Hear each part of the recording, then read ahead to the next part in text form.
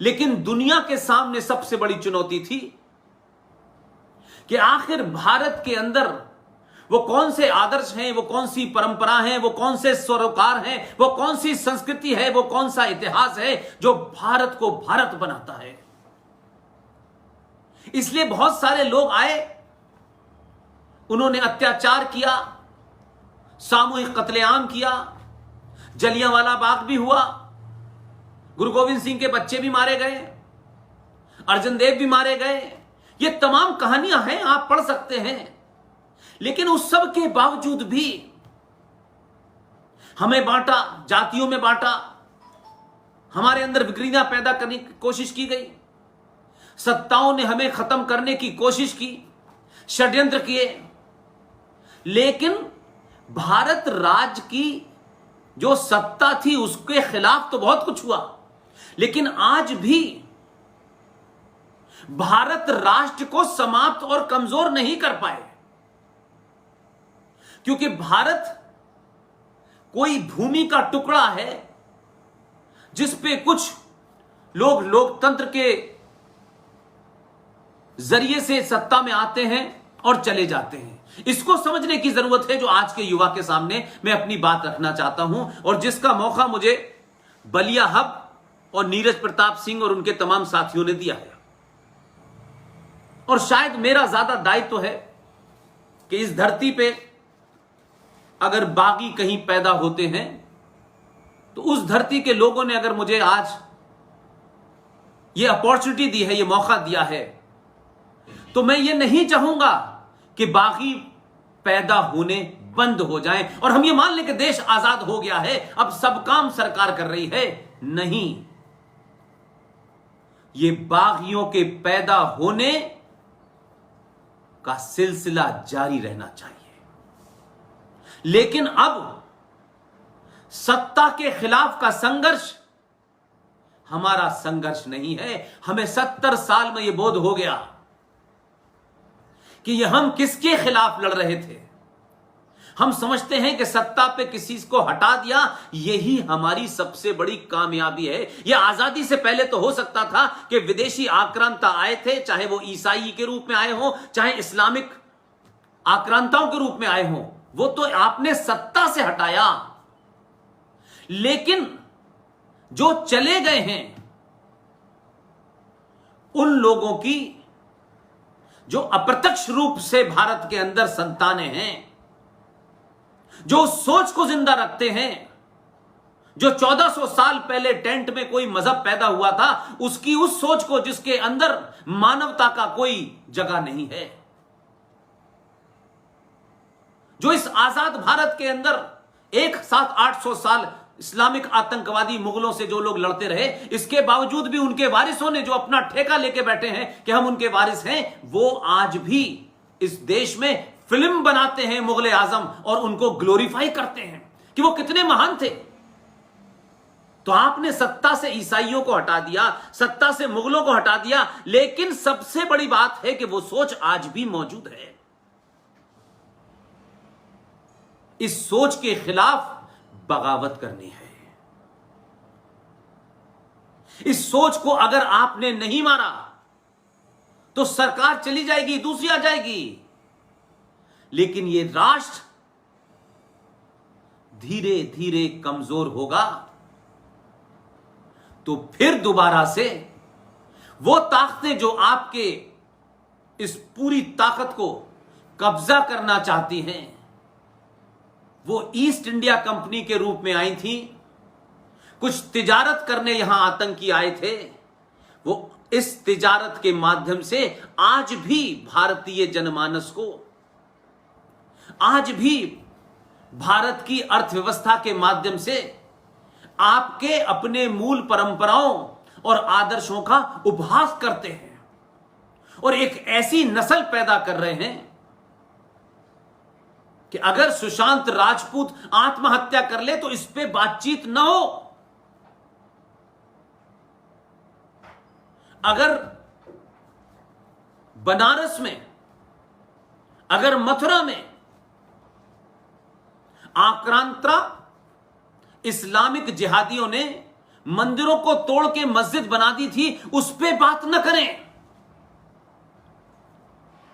दिल्ली में 58 सड़कें मुगलों के नाम से हैं, उस पे बात न करें, क्योंकि उस पे बात करना गैर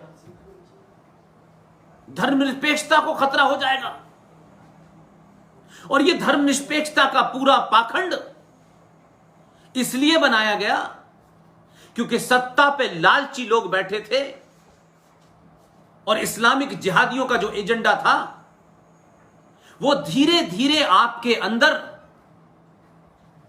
ऐसा बना दिया गया कि आप अपने आप से कुंठित हो गए, अपने इतिहास से कुंठित हो गए। और सत्ता ने व्यवस्था ऐसी बनाई जिसमें महाराणा प्रताप नहीं है, जिसमें बाबर है, रांगा सागा नहीं है,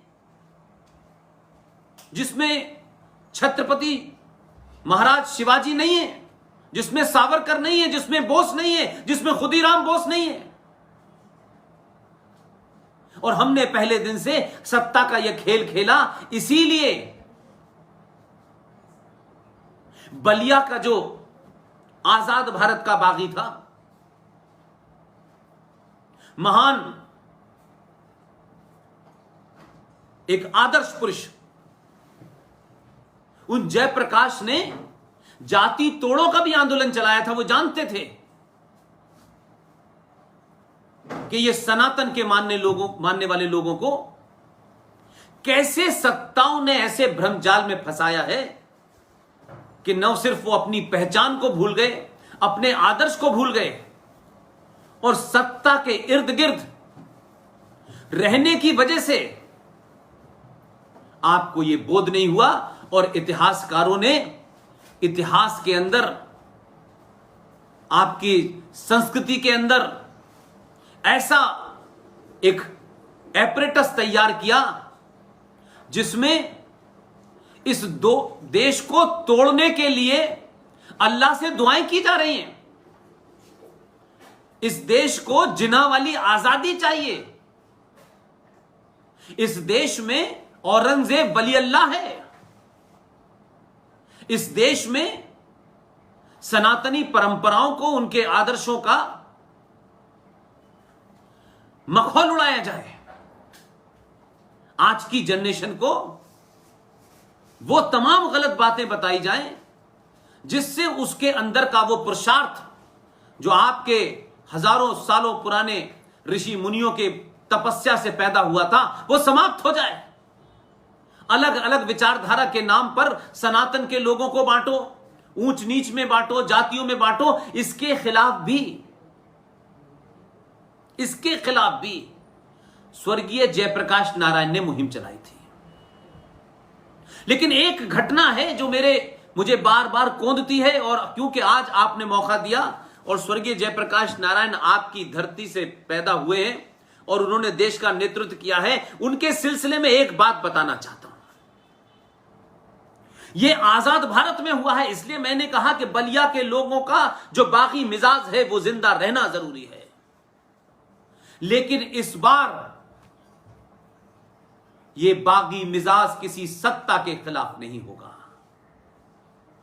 सत्ता के ऊपर नुक्ताचीनी करिए, यह सत्ताओं को हटाने और बिठाने का खेल नहीं होगा। असल लड़ाई क्या है? क्योंकि अगर आपने उस पर ध्यान दिया और उसे मजबूत कर दिया तो मैं आपको पूरे यकीन से कह रहा हूं, जो मेरा अनुभव है, जिन्हें मैंने दुनिया की पॉलिटिक्स को देखा है, जिस दिन भी इस देश में युवाओं ने राष्ट्र और राज्य के बीच में फर्क करके राष्ट्र के साथ खड़ा होना शुरू कर दिया, उस दिन सत्ताओं पे बौने नहीं बैठेंगे। राष्ट्र मजबूत होगा तो राष्ट्रवादी मजबूत होंगे, और जब राष्ट्रवादी मजबूत होंगे तो सत्ता पे भारत तेरे टुकड़े होंगे इंशाअल्लाह। इंशाअल्लाह हमें चाहिए जिन्ना वाली आजादी, हमें चाहिए बुरहान वानी आजादी, हमें चाहिए अफजल गुरु वाली आजादी। ये पूरे देश में जो माहौल बनाया जा रहा है, ये लोग छुप जाएंगे नहीं, भाग जाएंगे।